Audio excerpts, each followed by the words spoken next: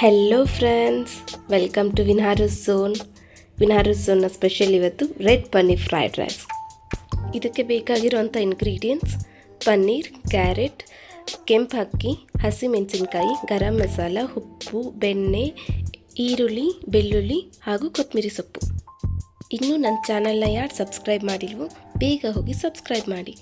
ಹಾಗೆ red paneer fried rice ಹೇಗೆ ಮಾಡೋದು ಅಂತ ನೋಡೋಣ. ಮೊದಲಿಗೆ ಕೆಂಪು ಅಕ್ಕಿನ 2 ಸಲ ತೊಳ್ಕೊಂಡು ಕುದಿಯೋ ನೀರಿನಲ್ಲಿ ಹಾಕಿ ಒಂದು ಸ್ವಲ್ಪ ಉಪ್ಪು ಹಾಕಿ ಬೇಯಿಸ್ಕೊಳ್ಳೋಣ. ಉಪ್ಪು ಇಲ್ಲಿ ಅನ್ನಕ್ಕೆ ಎಷ್ಟು ಬೇಕೋ ಅಷ್ಟು ಕರೆಕ್ಟಾಗಿ ಹಾಕ್ಕೊಳ್ಳೋಣ.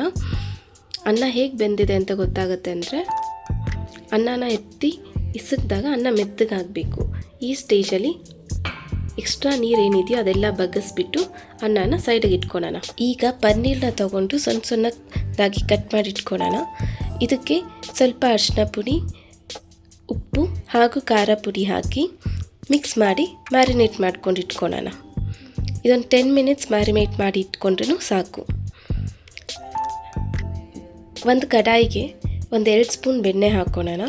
ಇದು ಫುಲ್ ಬೆಣ್ಣೆಯಲ್ಲೇ ಫ್ರೈ ಮಾಡೋದು. ನೀವು ಬೇಕಿದ್ರೆ ಎಣ್ಣೆ ಕೂಡ ಹಾಕ್ಕೊಬೋದು. ಬೆಣ್ಣೆ ಕರಗಿದ ಮೇಲೆ ಸಣ್ಣದಾಗಿ ಕಟ್ ಮಾಡಿ ಇಟ್ಕೊಂಡಿರೋವಂಥ ಬೆಳ್ಳುಳ್ಳಿನ ಗೋಲ್ಡನ್ ಬ್ರೌನ್ ಆಗೋವರೆಗೂ ಚೆನ್ನಾಗಿ ಫ್ರೈ ಮಾಡ್ಕೊಳ್ಬೇಕು. ಬೆಳ್ಳುಳ್ಳಿ ಇದು ಒರಿಜಿನಲ್ ಕಲರ್ ಬರ್ತಿದ್ದ ಹಾಗೆ ಸಣ್ಣದಾಗಿ ಕಟ್ ಮಾಡಿ ಇಟ್ಕೊಂಡಿರೋಂಥ ಹಸಿಮೆಣಸಿನ್ಕಾಯಿ ಹಾಕ್ಕೊಳ್ಳೋಣ.